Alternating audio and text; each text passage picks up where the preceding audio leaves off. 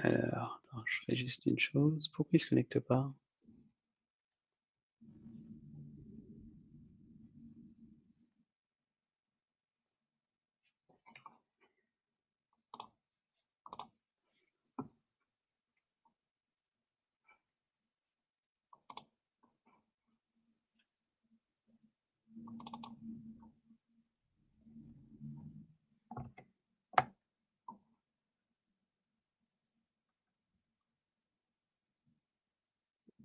Bonjour aux premiers arrivés.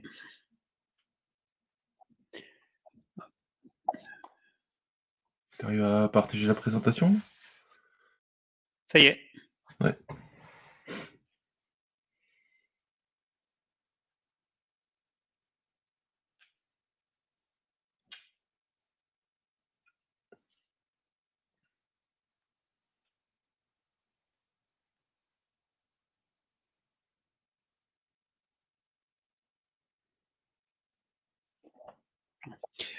On va attendre quelques minutes que les personnes puissent arriver.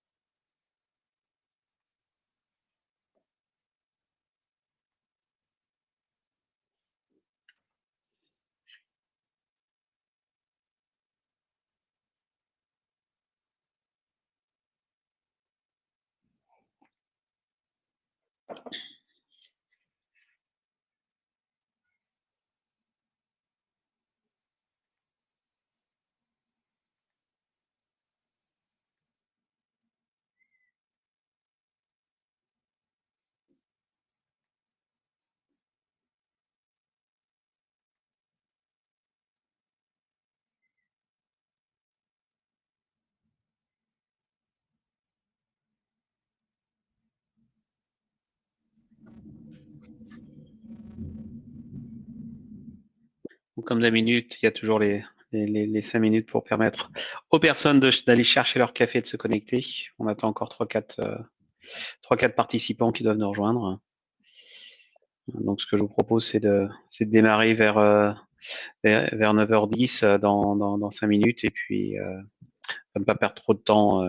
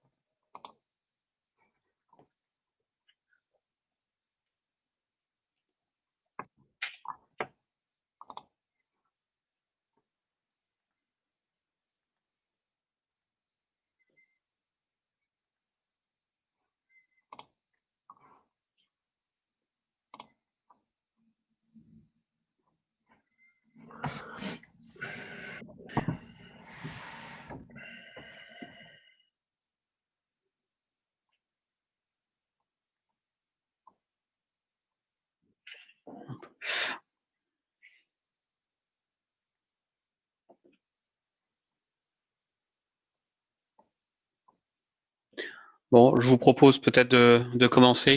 On a quelques personnes qui nous ont rejoints. Donc, écoutez, merci à tous d'être présents ce matin pour ce webinaire autour de la BI, hein, avec comme thématique comment avoir les bons indicateurs pour piloter cette reprise d'activité, cette sortie du confinement. Donc, les personnes qui vont être amenées à parler, hop, je suis un peu vite, je reviens. Voilà, les personnes qui vont être amenées à parler. Alors, celui qui va beaucoup s'exprimer ce matin, c'est Emmanuel Garzia, donc qui est DSI à temps partagé chez Référence DSI, qui intervient sur la région de Strasbourg. Hein. Il est en train de développer toute cette région pour Référence DSI.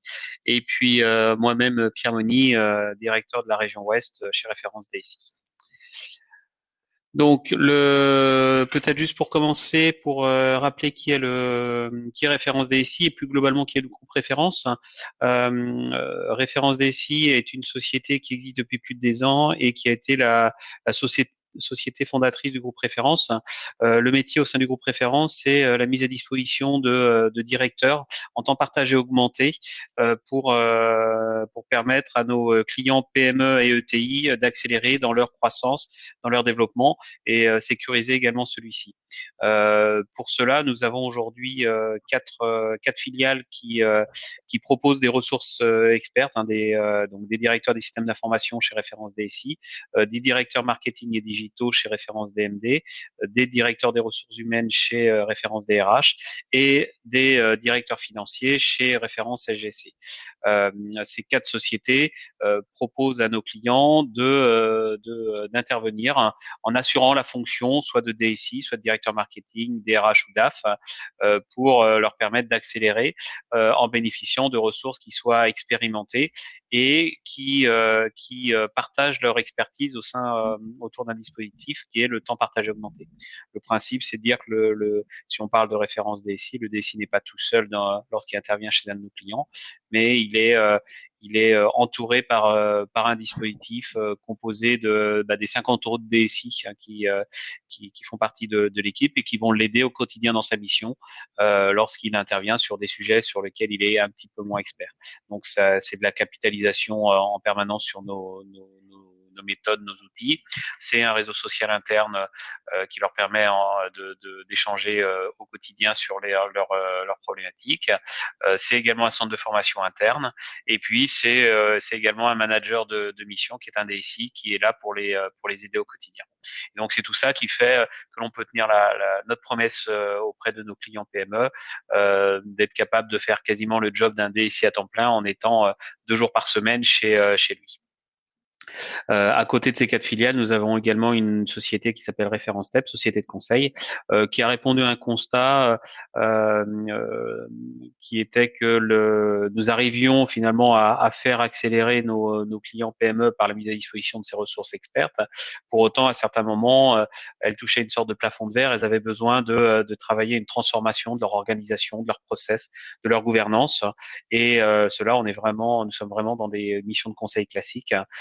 Donc, plutôt que de s'adresser à des grands faiseurs du marché qui vont arriver avec des solutions plutôt grands groupes et donc parfois extrêmement lourdes à porter, nous avons fait le choix de créer notre propre société de conseil à l'intérieur du groupe Référence Step, qui va pouvoir intervenir de façon extrêmement pragmatique et agile auprès de nos clients. Donc l'ensemble du groupe, c'est comme l'indiqué sur les chiffres, 80 collaborateurs, même 85 à l'heure actuelle, pour un chiffre d'affaires l'année dernière qui a été de 13,5 millions d'euros, avec une présence nationale, hein, puisque le siège est à Paris, mais nous avons des agences à Lyon, à Bordeaux, à Strasbourg, à Lille et à Nantes. Donc voilà rapidement sur le groupe. Alors ensuite, pourquoi nous avons souhaité faire ce webinaire? Ça répondait à un constat que nous avons tous vécu avec ce satané confinement qui nous a bloqués chez nous pendant un peu plus de 2 mois. Finalement, peu de sociétés, peu de PME étaient prêtes à ça. Et on se rend compte, et c'est l'objet des articles qui sont produits actuellement par un de nos deux cofondateurs, Jean-Marc Montels. Une PME doit être capable de s'adapter extrêmement rapidement au risque de disparaître. Et s'adapter, c'est notamment maximiser le recours au digital. L'objectif du programme PME Résiliente que nous avons lancé, c'est vraiment le plus jamais ça. comment faire pour que si demain nous sommes reconfinés, on espère tous que ça n'arrivera pas, on puisse être prêt à vivre ça, prêt à pouvoir continuer de garder du lien avec nos clients, avec nos partenaires, avec nos fournisseurs, avec nos collaborateurs, et comment faire pour piloter à partir de là notamment notre activité avec des indicateurs qui soient un peu différents. Et donc c'est dans le cadre de ce programme que nous avons construit un webinar autour de la business intelligence, en se disant finalement nous avons peut-être tous mis en place dans nos structures des indicateurs, mais ces indicateurs ils fonctionnent lorsque nous sommes sur une mer calme. Je suis dans l'Ouest, donc la mer est un bon symbole pour moi. Lorsque les eaux sont un peu plus agitées, ce qui arrive régulièrement en Bretagne, il faut parfois réduire la voilure ou changer de voile ou prendre un nouveau cap. Et on a besoin pour ça d'indicateurs. Et donc c'est dans ce contexte-là que nous avons construit ce webinaire. Et je vais laisser la parole à Emmanuel pour pouvoir ensuite vous présenter l'ensemble des éléments. À toi, Emmanuel. Donc voilà, bonjour à tous. Désolé, j'ai un peu le nez bouché, donc j'espère que vous m'entendez correctement. Pierre, c'est ça, hein, ça va? Oui, on t'entend très bien. Donc un petit sommaire rapide. Donc je vais vous rappeler effectivement un petit contexte de la crise, même si Pierre l'a déjà fait très bien avant précédemment. Vous donnez les raisons de pourquoi un quick win et pourquoi un quick win BI principalement. Ensuite, une démarche globale du projet, sachant que dans cette démarche, bien sûr, il y aura quelques étapes qui seront faites dans un même outil. Vous allez voir, on est capable de faire plein d'étapes dans un seul outil, ce qui permet de simplifier l'approche. Avec un exemple d'application. Donc là, j'ai pris un exemple de suivi de réalisé versus un budgété par rapport à un suivi de budget annuel, mensuel, etc. Ensuite, vous donnez quelques risques à ne pas suivre sur cette démarche, puisque c'est un quick win. Donc, on va dire que derrière, des bonnes pratiques sont à mettre en place. Et enfin, donc, quelques prochaines étapes si vous souhaitez réaliser, donc, mettre en place chez vous un quick win. Donc le contexte de la crise, comme l'a dit Pierre, c'est simple, c'est quand on est en mode stabilisé, on a dans notre cockpit de pilotage un certain nombre d'indicateurs, mais quand on commence à avoir un certain nombre de turbulences, voire on est en train de décrocher de l'avion, bien sûr, ces indicateurs sont pas forcément utiles, et donc il faut dans l'urgence réagir.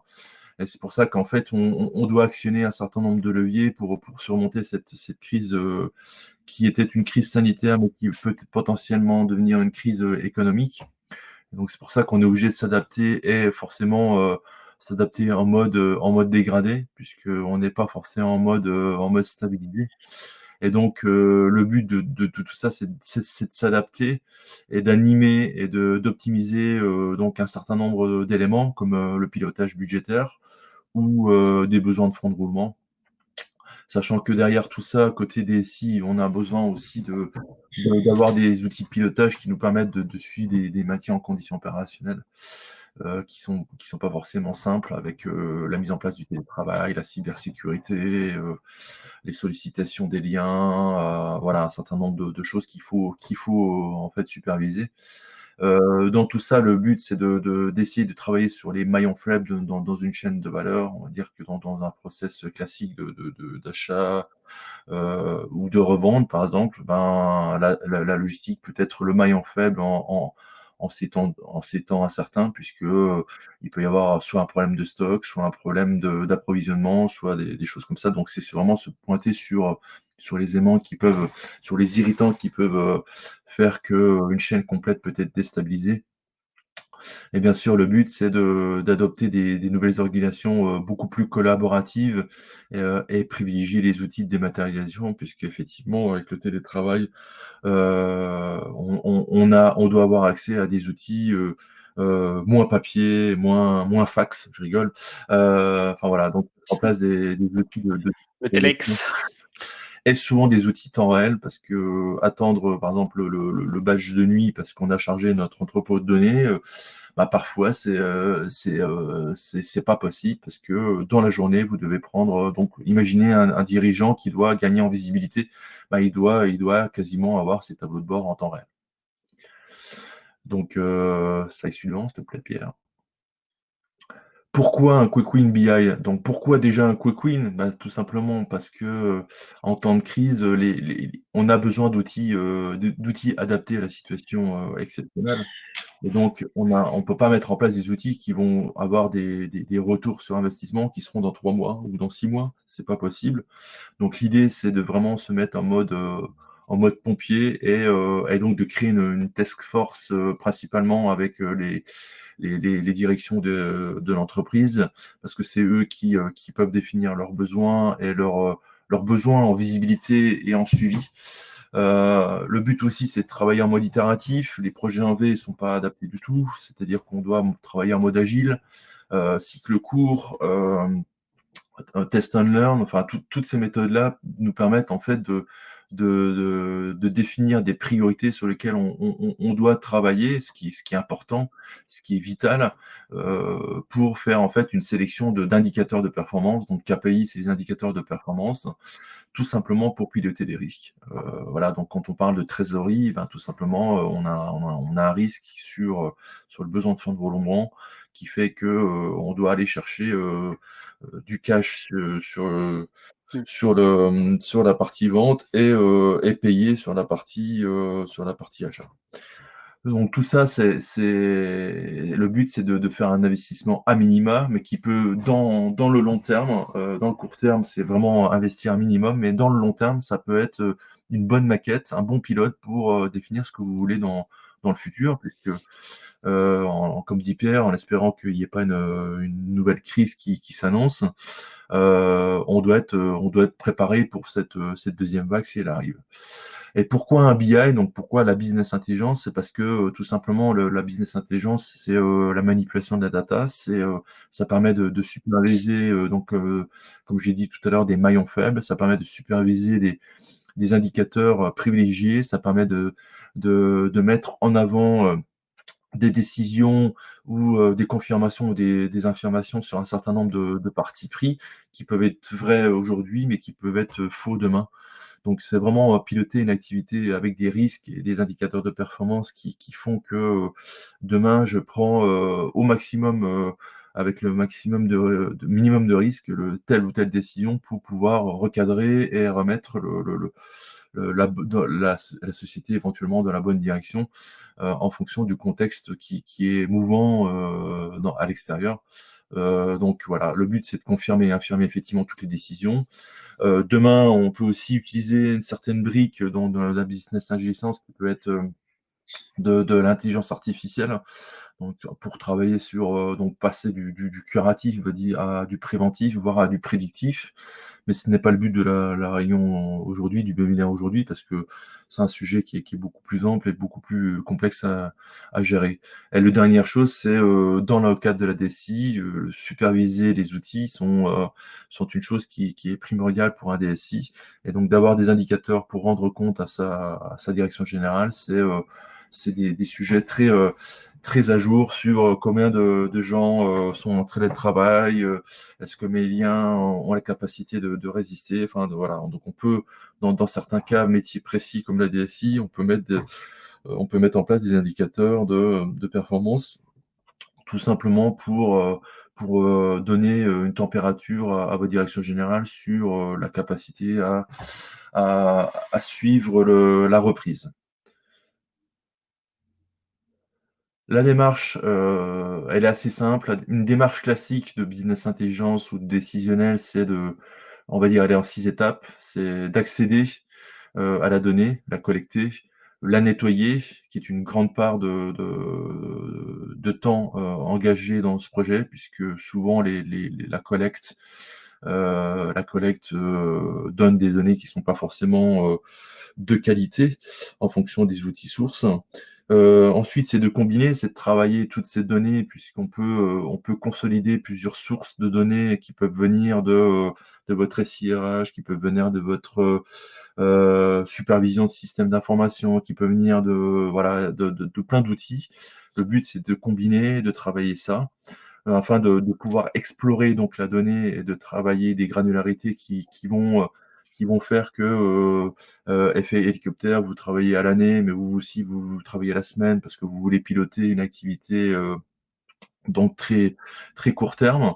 Le but aussi, bien sûr, de ce projet, c'est de monter des tableaux de bord de visualisation avec de la data visualisation, donc un mode de visualisation qui vous permet de vraiment d'extraire la substantifique moelle de la donnée. Et le dernier, c'est le partage. Donc ça, c'est le partage, c'est la publication, effectivement, au sein de communautés de tableaux de bord faire que les utilisateurs puissent la consommer de manière facile.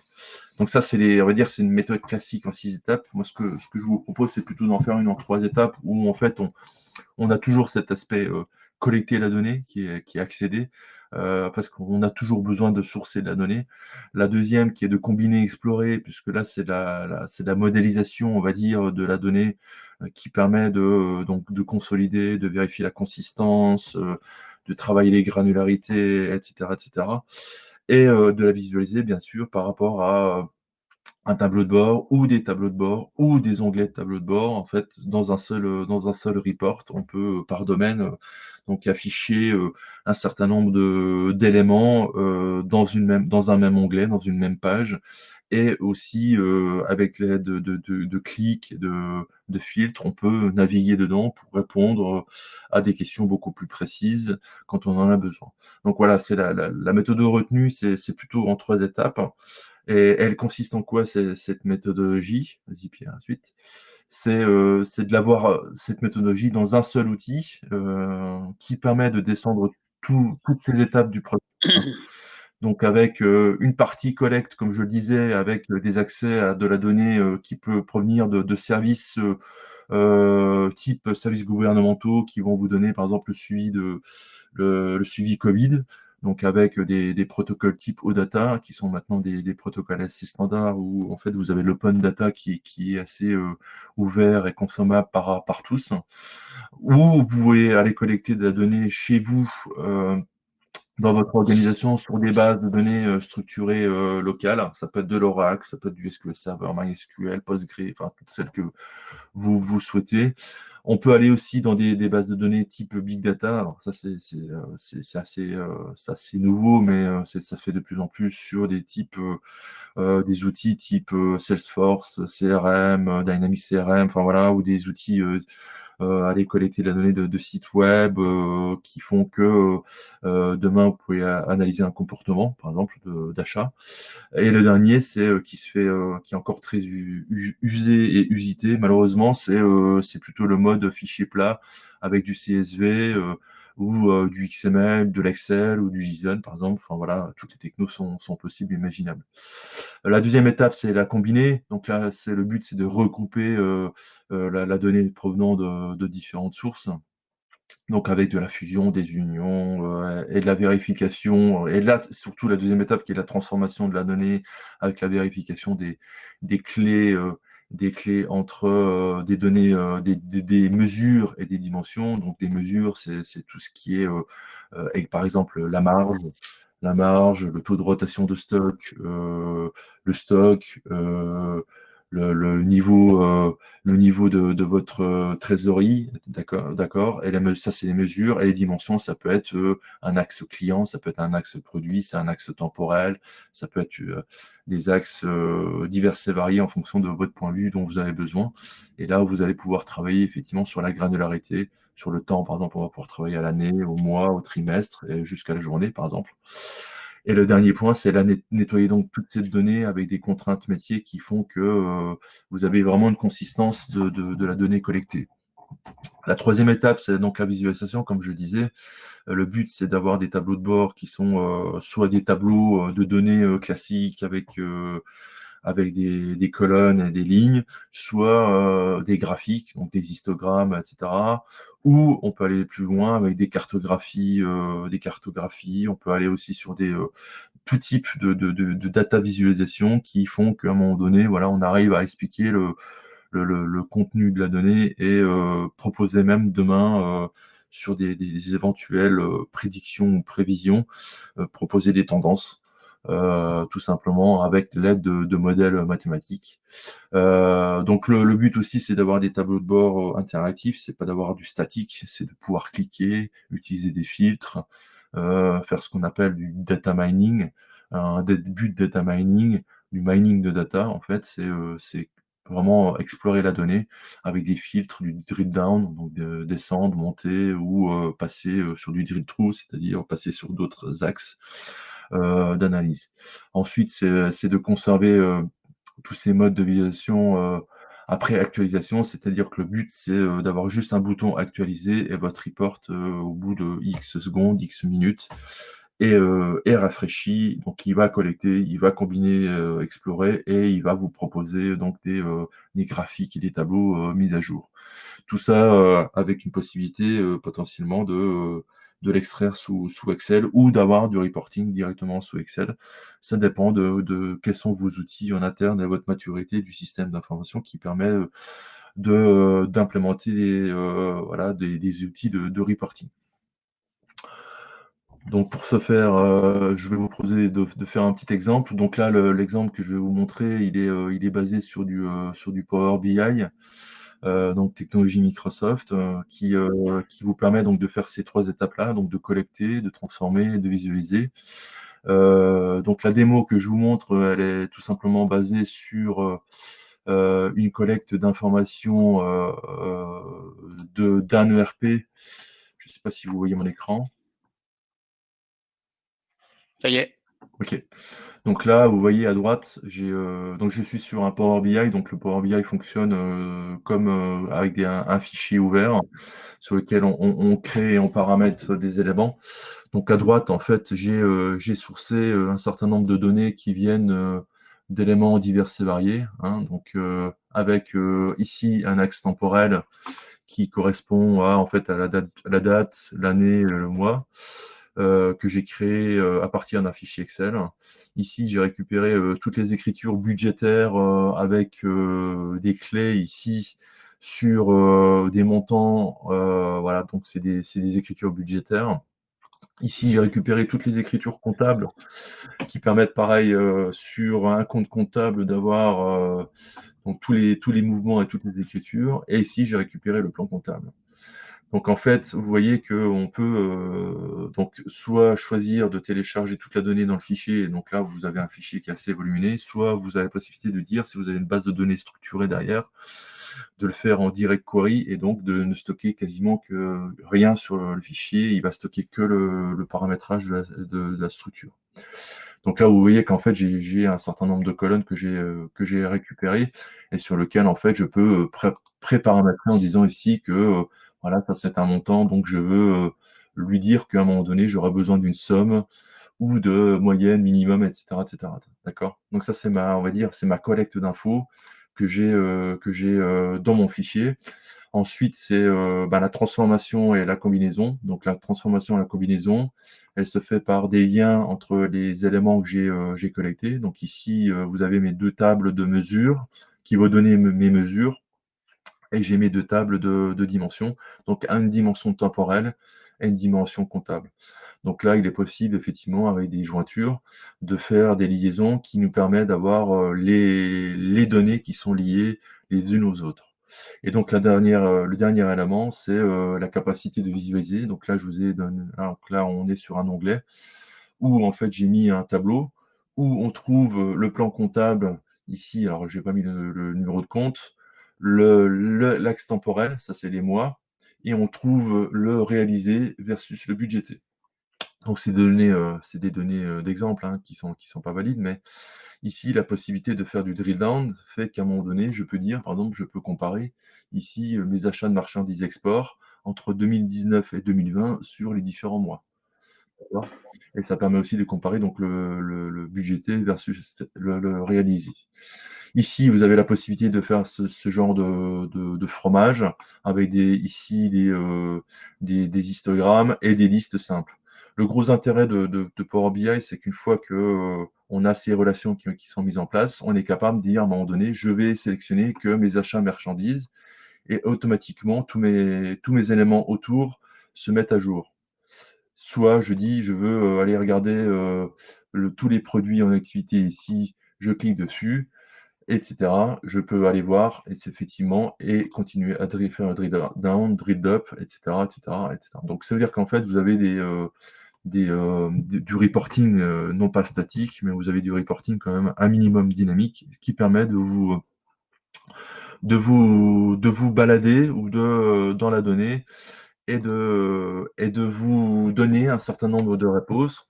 Donc là, l'idée, c'est qu'on pourrait très bien, si je suis à la journée, rajouter ici tout ce qui est au niveau de la journée dans un tableau annexe et à un moment donné, de sélectionner le mois de janvier 2000 et d'avoir toute la liste des écritures ou des montants comptables associés. Donc voilà, je pense que le but aussi, c'est effectivement de donner la main aux utilisateurs pour qu'ils puissent lui-même créer des reports. Donc là, si je veux modifier, par exemple ici, ce type de visualisation, je peux le faire à tout moment et basculer d'un type de graphique à un autre.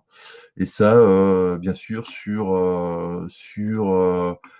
N onglets, c'est-à-dire vous pouvez proposer N points de vue avec la possibilité pour l'utilisateur de pouvoir jouer aussi avec les filtres en disant voilà, je veux uniquement tous les montants qui sont supérieurs à ou égal à 100, voilà, appliquer filtre.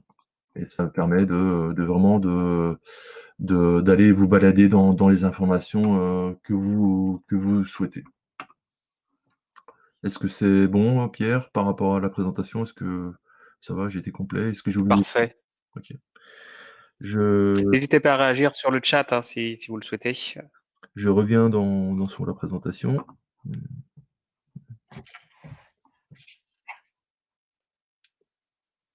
Ça fonctionne? Ok. Alors, je vais voir comment récupérer.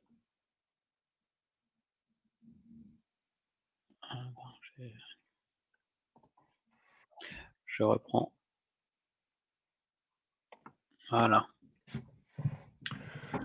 Donc j'espère que mon exemple a été assez concret et que ça vous permettra de vous projeter un peu dans ce qu'il est possible de faire sur des outils type Power BI. Bien sûr, d'autres outils concurrents existent, hein, on y viendra après.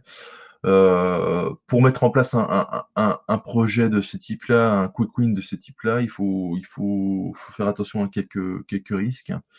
Donc les premiers, c'est il faut être assez organisé et surtout ne pas vouloir tout de suite, c'est-à-dire avoir un périmètre trop large. Il faut vraiment se focaliser sur la définition de tableau de bord et éviter effectivement tous les points de vue un peu où il y a tout et rien à la fois. C'est vraiment, vous avez vu, on peut faire des onglets, donc on peut très bien à un moment donné se dire je fais un onglet pour répondre à telle question, un autre onglet pour répondre à d'autres questions, basées sur les mêmes données, bien sûr. Donc le but, c'est de ne pas vouloir répondre non plus à plusieurs objectifs à la fois, mais vous pouvez par contre avoir des points de vue et des points de vue différents sur les données qui sont collectées. La deuxième chose, c'est que les sources des données doivent être plutôt structurées et non pas déstructurées. Un fichier Excel qui est comme base, c'est bien, mais c'est pas forcément très consistant. Et le but aussi, c'est d'avoir la possibilité d'avoir la donnée en temps réel, donc d'aller piocher, d'aller sourcer la donnée quand on le souhaite, à la volée, tout en faisant attention, bien sûr, à ne pas trop solliciter les serveurs. Donc, c'est pour ça que les protocoles type web service, API ou OData sont vraiment des modes d'utilisation qui sont meilleurs que utiliser les fichiers plats extraits la nuit et qu'on a seulement le lendemain. Autre chose, les modélisations trop complexes sont à éviter, bien sûr. Si vous avez 40 000 tables, enfin 40 000 entités, enfin, ça n'a pas d'intérêt. Le but, c'est d'essayer d'avoir une bonne connaissance de vos sources de données pour en modéliser vraiment au strict besoin pour répondre aux questions dans lesquelles vous avez besoin d'avoir de la visibilité. Et bien sûr, derrière, il faut checker la consistance de la donnée. Donc, quand vous êtes consolidé sur plusieurs sources, la première étape, c'est de vérifier que les clés entre les données correspondent. Et en termes de modélisation, donc là, moi je vous ai montré, c'était du tabulaire, c'est-à-dire c'est un mode OLAP dimensionnel tabulaire, donc c'est pas du relationnel, hein. Donc c'est un peu particulier, mais c'est très simple, c'est-à-dire que vous avez des faits, comme je vous l'ai montré tout à l'heure, vous avez des faits, des mesures au milieu, et vous avez des dimensions autour, un schéma en étoile, assez classique. Ensuite, côté sécurité, bien sûr, le but, c'est de ne pas trop donner non plus d'informations à tout le monde, donc essayer de cloisonner au maximum l'information. Et le but est aussi de proposer des navigations qui sont malignes et interactives, de telle manière à ce que l'utilisateur puisse naviguer dans son juste périmètre de droit. Donc, faut savoir que la sécurité, c'est un pan entier du décisionnel qui est important parce que des fois, les données ne sont pas à transmettre à tout le monde. Et bien sûr, ça peut créer des tensions parfois sur j'ai droit ou j'ai pas droit à l'info en fonction du niveau de service ou du niveau d'usage dont on a besoin.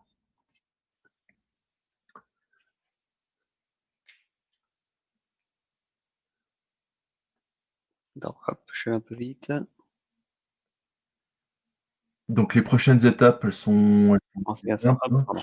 Excuse-moi.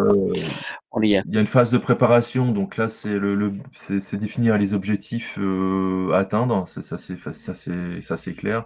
Ce dont a besoin la direction générale, en règle générale, doit être clairement défini. Je veux suivre un réalisé versus un budgété sur mon plan comptable avec une maille temporelle mensuelle. Voilà, ça c'est simple, mais c'est assez précis. J'ai besoin de gérer ma disponibilité de produits sur mes prochains mois en fonction de mes ventes, de mon stock actuel, de mes appros, sur mes catégories de produits, pareil, sur la maille semaine, hebdo. Voilà, c'est des objectifs qui sont clairement à définir. Ensuite, en fonction de ça, vous devez définir des ateliers avec toutes les directions métiers et aussi la direction générale, bien sûr, pour définir les deux grandes familles de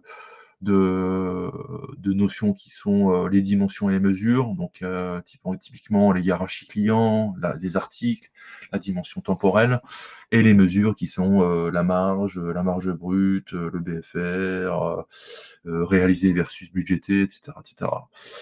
Et ensuite, c'est de déterminer donc les sources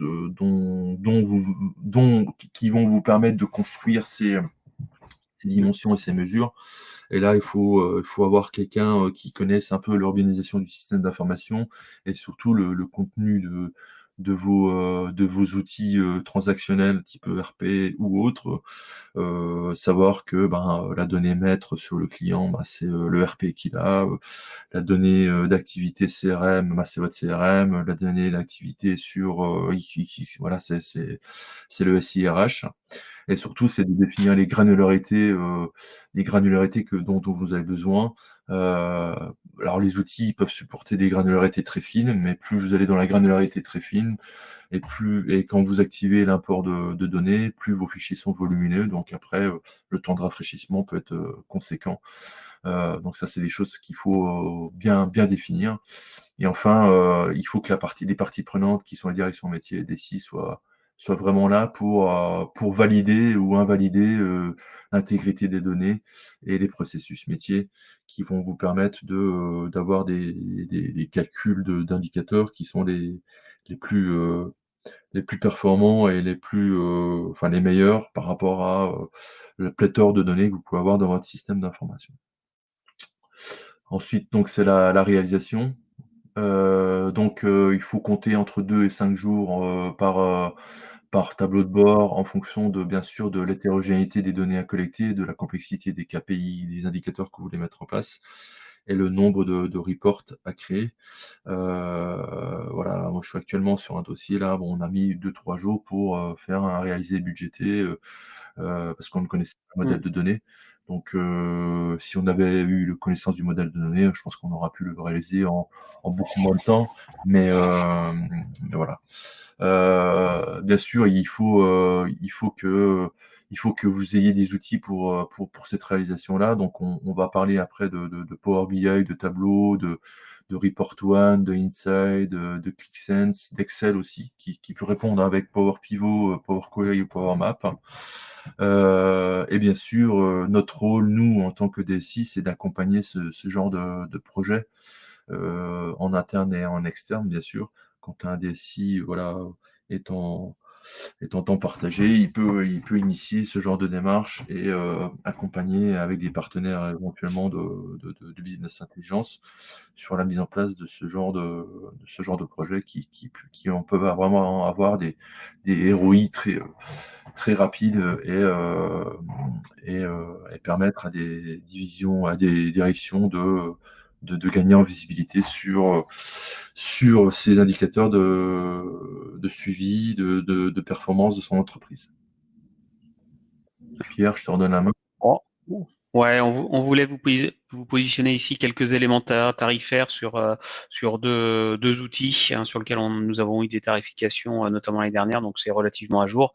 Après, ça reste des bases tarifaires, à contextualiser en fonction du contexte client. La version qu'a présentée déjà Emmanuel sur Power BI, la version desktop, c'est une version gratuite. Ensuite, on peut avoir effectivement des licences Microsoft, hein, qui peuvent intégrer un travail un peu plus approfondi, notamment en termes de diffusion. Sinon, voilà, on a voulu positionner deux typologies d'outils. ClickSense, qui est un des leaders où on est avec un coût par user dans une version applicative dédiée, hein. Donc avec un créateur qui vaut par utilisateur simultané 1230 euros, et puis qui va permettre de créer alors ce qu'on appelle des applications, c'est domaines, donc un domaine finance, un domaine commerce, etc., etc. Et puis la partie analyseur qui est là plus dédiée pour l'utilisation par des utilisateurs finaux, et avec des déploiements, vous voyez, où soit on confie à un prestataire, et pour la construction, c'est par domaine 1 à 5 jours suivant la complexité. Et si on souhaite être autonome, il faut un bon niveau quand même d'expertise informatique. Il faut compter 4 à 5 jours pour prendre de l'autonomie sur ClickSense. Autre solution, Inside, alors on aurait pu citer également Report One, hein, qui est son concurrent direct, solution travaillant dans l'environnement Excel pour la restitution, mais qui vont rajouter des fonctions à l'intérieur d'Excel pour assurer des connexions, des créations de tableaux et de la diffusion automatique, hein.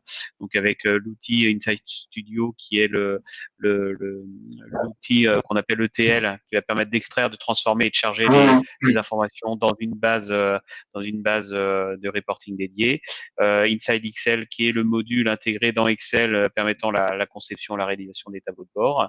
Et puis donc pour les concepteurs, et puis pour ceux qui vont simplement consulter ensuite, on a Inside Excel final avec, vous voyez des exemples, hein, de déploiement. Encore une fois, ça reste dans le cas d'un Quick Win BI sur un domaine prédéterminé. Ensuite, en fonction des sujets, des projets, le nombre de jours peut jouer.